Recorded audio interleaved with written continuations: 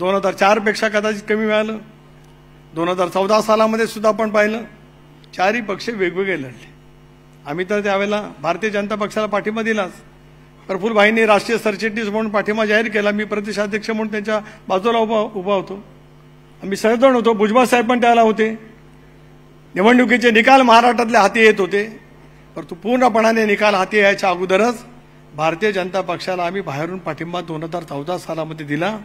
प्रफुल्लभाई राष्ट्रीय सरचिटणीस, प्रदेश राष्ट्रवादी काँग्रेस पक्षाचा अध्यक्ष म्हणून सुनील तटकरे, हे 14 सालामध्ये झालं. भारतीय जनता पक्षाच्या सोबत जाण्याची सुरुवात 2014 सालामध्ये झाली.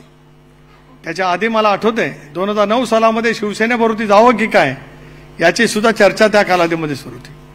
2014 सालामध्ये सुद्धा अतिशय जबाबदारीने मी या ठिकाणी सांगतोय, 16 भारतीय जनता पक्षाने 16 जागा लढवायच्या, शिवसेने 16 जागा लढवायच्या, राष्ट्रवादी काँग्रेस पक्षाने सुद्धा 16 जागा लढवायच्या, अशी सुद्धा भारतीय जनता पक्षाच्या नेतृत्वाने त्यावेळेला होकार दिला होता. आपल्या नेतृत्वाने सुद्धा ठरवलं होतं. पण समीकरणं बदलली, ते येऊ शकलं नाही. That did not materialize. ते होऊ शकलं नाही प्रत्यक्षामध्ये. आणि मग 2014 सालामध्ये आपण सर्वांनी म्हणून पाहिलं, महाराष्ट्रामध्ये त्यावेळेला नरेंद्र मोदींच्या नेतृत्वाखाली स्वर्गीय बाळासाहेब ठाकरेंच्या नव्हते त्यावेळेला, पण त्या संबंध कालखंडामध्ये फार मोठं यश भारतीय जनता पक्षाने शिवसेनेला त्या कालावधीमध्ये मिळालं. 16 मध्ये सुद्धा आम्ही भारतीय जनता पक्षावरती जाणारच होतो, सरकार बनणारच होतं. मंत्री, राज्यमंत्री, पालकमंत्री खाती 2019 सालातल्या लोकसभेच्या जागेचं वाटप सुद्धा ठरलं होतं. प्रदेशाध्यक्ष म्हणून मी जाणीवपूर्वक या ठिकाणी सांगतोय, परंतु अंतिम निर्णय घेण्यासाठी सरकार कधी आपण शपथ घ्यायची हे ठरवण्यासाठी ज्यावेळेला दिल्लीमध्ये गेलो, मी सुद्धा त्यावेळेला होतो. शिवसेना सरकारमध्ये असेल असं भारतीय जनता पक्षाने सांगितलं, पण आम्हाला शिवसेना सरकारमध्ये नव्हती. जी शिवसेना आज उद्धव ठाकरेंच्या नेतृत्वाखाली त्या ठिकाणी काम करते, ती आम्हाला 2016 मध्ये चालत नव्हती. पण 2017-19 मध्ये मात्र ते शिवसेनेचे उद्धव ठाकरे राज्याचे मुख्यमंत्री म्हणून आपल्याला चालले. हे बदलत्या राजकारणातली बदलती समीकरणं अनेक वेळेला त्या ठिकाणी होत असतात, आणि बदलत्या समीकरणामध्ये घेतलेली भूमिका योग्यच आहे असं आपण सांगण्याचा प्रयत्न करत असतो.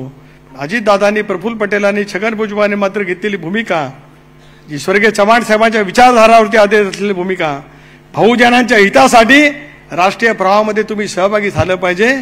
चव्हाण साहेबांनी ऐतिहासिक काळामध्ये घेतलेला निर्णय, त्या निर्णयाची अंमलबजावणी करण्याचं धोरण ज्यावेळेला अजितदादांच्या नेतृत्वाखाली केलं गेलं, त्यावेळेला मात्र टीकेचा प्रहार करण्याच्या संदर्भातली भूमिका त्या ठिकाणी घेतली.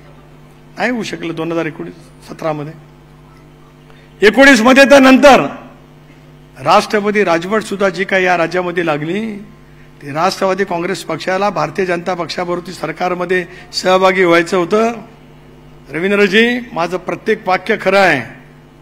2019 सालामध्ये सुद्धा राष्ट्रवादी काँग्रेस पक्षाला भारतीय जनता पक्षाबरोबर सरकारमध्ये सहभागी व्हायचं होतं, परंतु 19च्या निवडणुकीमध्ये, विधानसभेच्या निवडणुकीमध्ये परस्परांच्या बद्दलची टीका टिप्पणी केली होती.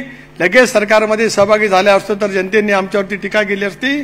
पण काही कालखंड जावा, राष्ट्रपती राजवट लावावी राज्यामध्ये, अशी भूमिका सुद्धा आपण त्या कालावधीमध्ये घेतली गेली. आणि राज्यामध्ये राष्ट्रपती राजवट पहिल्यांदा आली. पूर्णपणाने बहुमत त्यावेळेला आलेलं होतं. भारतीय जनता पक्ष आणि शिवसेनेला त्यावेळेला पूर्णपणाचं बहुमत त्यावेळेला मिळालेलं होतं. आज एकनाथ शिंदे किंवा अजितदादांनी विश्वासघात केला असं म्हणतात, त्याच कालावधीमध्ये उद्धव ठाकरेंच्या नेतृत्वाखाली शिवसेना भारतीय जनता पक्षाच्या बरोबर लढलेली होती. स्पष्टपणाचा कौल या राज्यातल्या जनतेने भारतीय जनता पक्ष आणि शिवसेनेला त्या कालावधीमध्ये दिला होता. कौल लोकांचा मानाचा होता. तर त्या कालावधीमध्ये भाजप आणि शिवसेनेचं सरकार त्याला बसलेलं पाहायला मिळालं असतं. ते नाही झालं. महाविकास आघाडीचं सरकार आलं. उद्धव ठाकरेंचं मुख्यमंत्री पदावरती शिक्कामोर्तब केलं गेलं. त्याच कालावधीमध्ये काँग्रेसच्या नेतृत्वाच्या कडून आदरणीय पवार साहेबांचा